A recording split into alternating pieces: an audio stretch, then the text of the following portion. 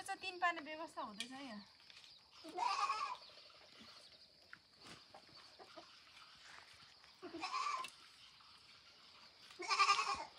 के बनाउँदै दिदी यो चाहिँ फ्रुट्सको बर्माली भन्छ हामी चाहिँ त्यो मैले रक्सी बनाउँदै छु मैले हिजो पनि बनाएको थिएँ अनि चाहेको हैन यति डेन्जर भएको छ नि मेरो चाख्ने तरिका फरक छ म भिडियो त तपाईहरुलाई यसको अन्तिममा लगाइदिन्छु उस्तै भयो भने त ज्यान पनि लिन्छ यस्तो डेन्जर हो यसको फ्लेभर चाहिँ कस्तो हुन्छ यसको फ्लेभर चाहिँ यसको फ्लेभर दामी दामी खतरा घाटी त चरक्कै हुन्छ निन्दा त चरक्कै हो मान्छे ढाल्छ पेट्रोल जस्तै हो पेट्रोल जस्तै हो हो ल ठीक छ अन्तिममा भिडियो हेर्नु साथै बियोस हुन्छ झन्डै ज्यान गयो मेरो हुँदा हुँदै यो परेला डढेको यार हो रक्सीले नि पर्ला डढ्यो रक्सीको ज्वालाले ज्वालाले पेट्रोल भन्दा कमको हुँदैन रक्सी यो ज्यान लिने चाहिँ म खाइन है नभए ज्यानै लिने रहेछ है म खाइन ल ओ सच्ची त्यति डेन्जर भएन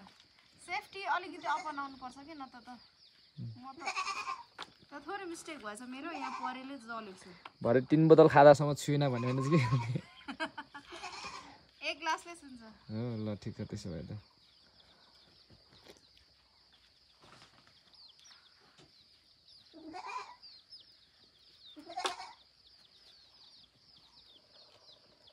रक्सी मिठो भयो भएन भनेर चाख्ने बेस्ट तरिका चाहिँ मैले अन्तिममा राखिदिन्छु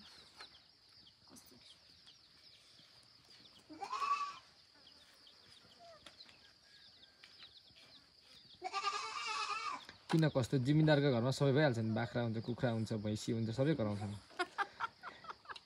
हो कस्तो आवाज आको झ्यार आयो ए गाउँको मान्छे हरेक मान्छे जमिनदार हो के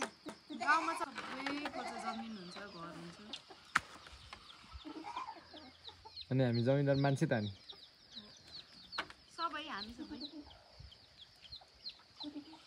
अब भयो धन्यवाद रक्सी मिठो छ कि छैन भनेर टेस्ट गर्ने पाला है र मैले अगेनमा चाहिँ बलिरहेको आगोमा लगाउनलाई बटुकोबाट रेडी गरेँ तर त्यो नेक्स्ट बटको थियो रक्सी छोपेको अर्को थियो मिठो भएपछि यसरी बल्छ आगोमा हातमा भएको बटको चाहिँ मैले त्यहाँ आगो बलेको रहेछ त्यो देखिनँ अनि त्यसैले छोप्दाखेरि चाहिँ यो भाडामा भएको रक्सीमा पनि आगो लाग्यो र मैले फुकेको त्यो बाई मिस्टेक फुक्दाखेरि ज्वालाले मेरो आँखी भाउ पनि जलेको थियो कि यतिखेर